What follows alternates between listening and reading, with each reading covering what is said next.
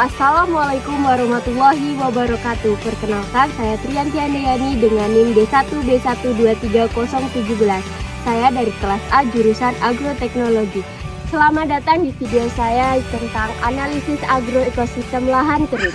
Sekarang saya sedang berada di lahan pertanian di Desa Sumbersari, Kecamatan Syotapina, Kabupaten Buton, Provinsi Sulawesi Tenggara. Di sini saya akan membahas terkait bagaimana petani dapat mengoptimalkan lahan pertanian dengan kondisi lahan yang kering untuk melanjutkan pertanian yang berkelanjutan dan juga memiliki produktivitas yang tinggi. Lahan kering adalah lahan yang terletak di daerah dengan curah hujan yang rendah. Petani di sini mengandalkan musim hujan untuk menanam padi gogo. Namun lahan kering juga di sini berpotensi untuk ditanami tanaman seperti tanaman nilap. Lahan kering di sini memiliki karakteristik dengan curah hujan yang rendah, kemiringan lahan yang curam, kemudian tanah yang tandus. Tetapi karakteristik ini juga dapat mempengaruhi pertanian seperti tanaman nilam dan juga tanaman padi gogo. Padi gogo adalah tanaman yang tumbuh di lahan kering. Petani menanam padi gogo di lahan kering karena kemampuan adaptasinya yang tinggi dan juga produktivitasnya yang tinggi, sehingga bisa memenuhi kebutuhan akan pangan petani di sini. Nilam adalah tanaman yang dapat tumbuh di lahan kering dan tidak memerlukan air yang terlalu banyak untuk tumbuhnya. Tetapi nilam juga bisa dapat beradaptasi dengan kondisi lahan yang kering dengan mengandalkan curah hujan. Tanaman nilam merupakan salah satu tanaman pendamping yang sering ditanam oleh petani di sini. Karena tanaman nilam ini dapat beradaptasi dengan kondisi lahan yang kering dan kemampuan adaptasinya yang tinggi. Tanaman nilam ditanam oleh petani di sini karena menghasilkan produktivitas yang tinggi dan juga harga nilam itu sangat tinggi sehingga dapat meningkatkan perekonomian petani di daerah ini.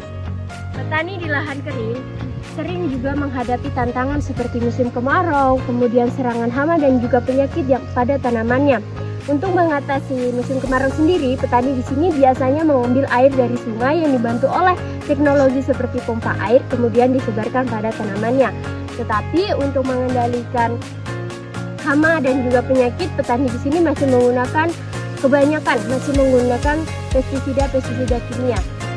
Dalam pengolahan lahan atau seperti menanam padi, petani di sini masih menggunakan cara-cara tradisional seperti masih menggunakan cangkul, kemudian masih menggunakan tajuk untuk menanam padi. Dalam memanen, petani di sini biasanya masih menggunakan alat tradisional seperti sabit untuk memotong padi. Kemudian untuk merontokkan padi, petani di sini sudah mempunyai alat modern seperti perontok padi, seperti ini.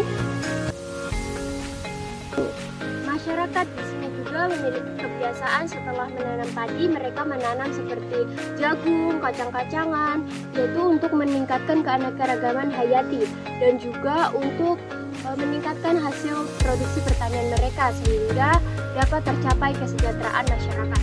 Itulah tadi kita sudah melihat agroekosistem di lahan kering yang ada di Desa Sumbersari, dan kedepannya harapannya dapat memberikan alternatif penggunaan pupuk kimia dan juga pestisida kimia dan untuk melindungi lingkungan sekitar dan juga meningkatkan hasil produktivitas pertanian sehingga terciptanya pertanian berkelanjutan dan kesejahteraan petani di desa ini. Terima kasih, sekian video dari saya. Wassalamualaikum warahmatullahi wabarakatuh.